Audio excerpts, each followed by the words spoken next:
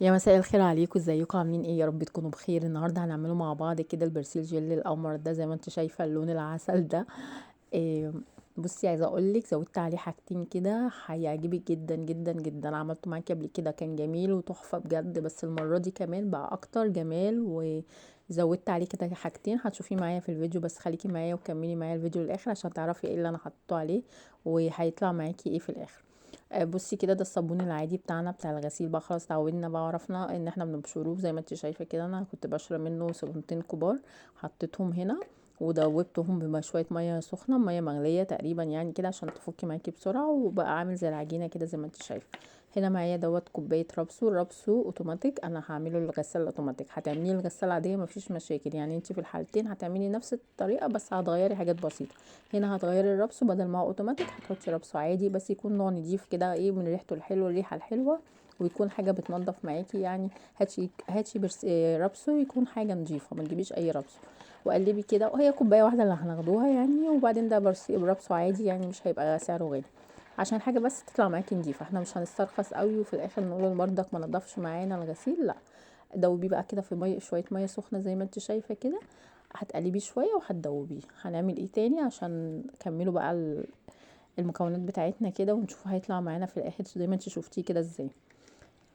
طبعا هنا هبتدي بقى اضيف الميه بتاعتي. انا هعمل هنا ايه، معايا هنا ازازه 2 لتر ونص. الازازه دي اللي هي 2 لتر ونص ميه. هضيفها كده حبه حبه واقلب كده الصابون بتاعي واشوف هكمله ازاي وهحط عليه ايه. بصي اسرع بقى معاكي الفيديو شويه عشان ما تزهقيش كده. بصي كده بقلب واحط، اقلب واحط.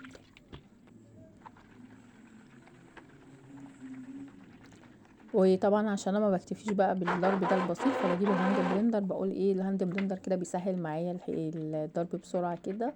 اه بيعمل الرغوه الجامده اللي فوق دي، بس ان شاء الله يعني هنشوف لها حل في الاخر.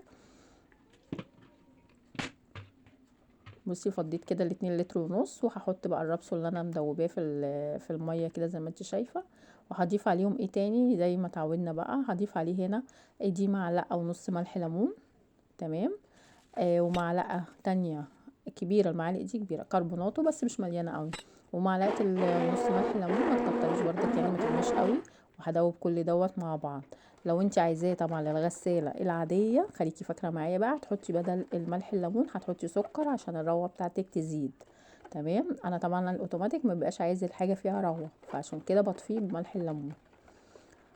وطبعا وزائد ان هو طبعا بينضف معايا. فانت لو هتعمليه الغساله العاديه هتحطي مثلا ايه، معلقه، نص معلقه صغيره، بس هتحطي بقى معلقتين سكر كبار.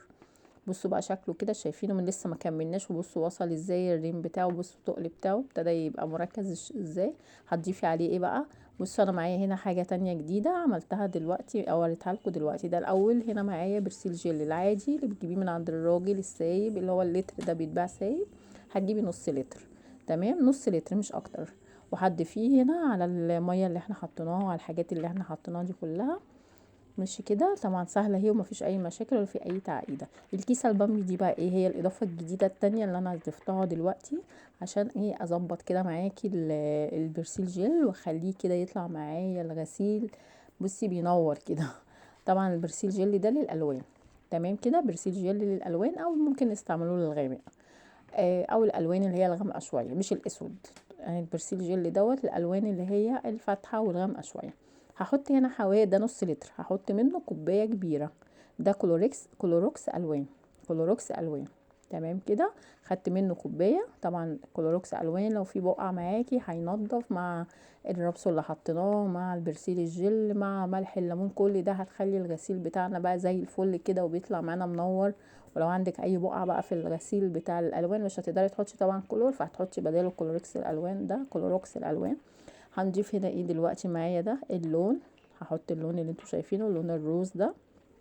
كل ده بقلب بقى معاكي، كل التركيبه بتاعتي بقلبها كده. طبعا كده انا وصلت الى، دخلت في كام، خدت نص لتر وحطيت الرابس وكان فيه ميه، وخدت 2 لتر ونص. يعني تقريبا كده هخش في حوالي 4 لتر. اللي هو برسيل الجل دوت.